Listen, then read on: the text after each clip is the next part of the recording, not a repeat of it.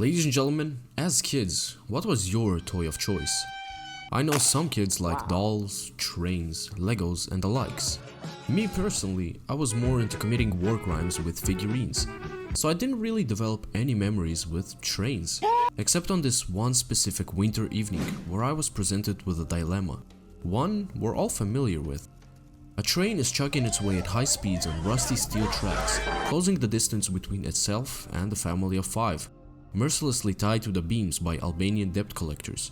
You can stand there and watch this poor family turn into Levi's corned beef, or you could muster up the courage to pull a lever that would redirect the train towards unoccupied tracks, essentially saving the family at the cost of nothing. Being a real intellectual, I know nothing comes for free, so I decided not to pull the lever, both because it was push day, but also because I lack the bigger picture. How do I know the unoccupied tracks don't cause any harm? For all I know, there's a bridge 5 kilometers after this dilemma takes place. A bridge that would collapse under the weight of the train onto a valley of cats, causing complete and utter extinction. I wouldn't be able to live with myself knowing I'm responsible for such horror. And by refusing to interact with the lever, I am not burdened with any responsibility. I am merely an observer of Mother Nature's cruelty. On this winter evening, as I made my final answer to this dilemma, I was banished to dwell in a basement for all eternity, and have been making videos ever since as a cry for help. If you want to experience a similar sense of dread, look no further than Choo-Choo Charles, an indie survival horror game developed by 2-Star Games, a game where you can witness humanity's next evolutionary step. Due to constant negative outcomes of speech, humanity adapted to vocalize words without opening their mouth, allowing them to express themselves however they want, without ever being held accountable. Oh, you have damning evidence against me? I would love to see it. I'm over here stroking my dick, I got lotion on my dick right now. That, ladies and gentlemen, would not hold in court. Expressionless NPCs that stare directly into the most vulnerable parts of your soul are not the reason this game has tags like horror. While they have a tendency of making you uneasy, they're actually your safe haven, as they will bless you with mission loot that varies depending on the type of mission.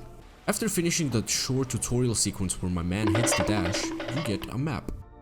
This map is arguably the coolest feature in this game, as it's not just a static picture with drawings depicting the surroundings. It's a top view in real time.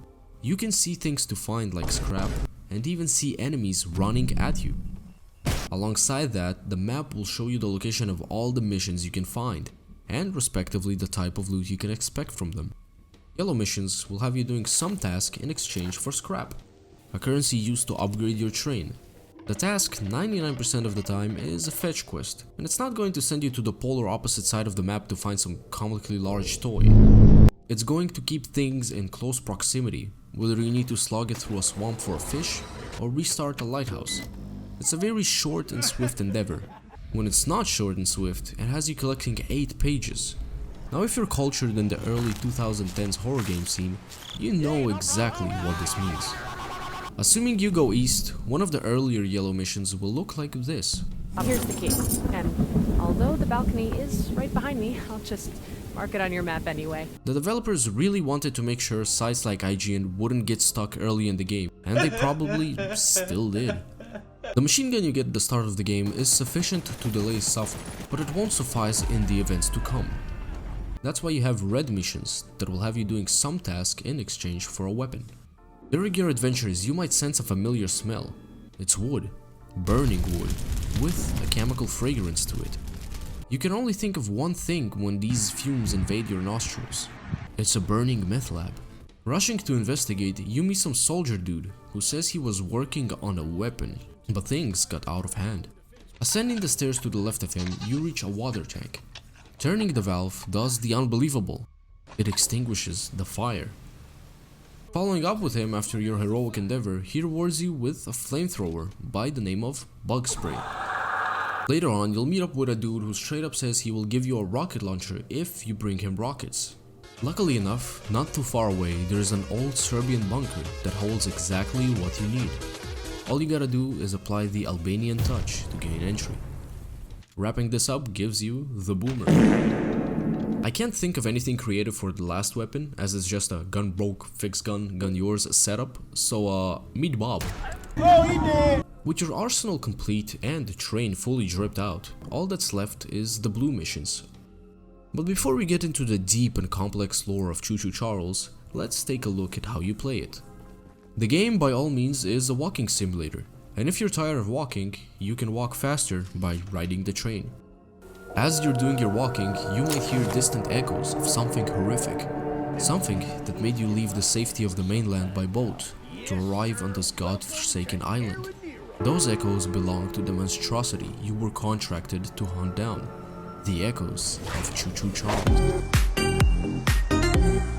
This beast will try to stop you in your tracks, where you will try to complete your contract, both hunter and prey simultaneously. Alas, Choo-Choo Charles forfeits the chase before becoming mortally wounded each time, leading me to believe this creature is more than just a primal beast. There's some higher level of intelligence in play here. Maybe its name could contain some vital information. What is the meaning of the name Choo-Choo Charles? Is it a descriptor, like for example Thomas the Tank Engine, where you have the name Thomas and the description of what he is, a tank engine? Or is it something more hierarchical in nature, like for example Elder. Maxon, where Maxon is undoubtedly the name and Elder. acts as a sort of title of recognition? What could Choo-Choo possibly mean? Don't say it's the sound a train makes, we're not 12.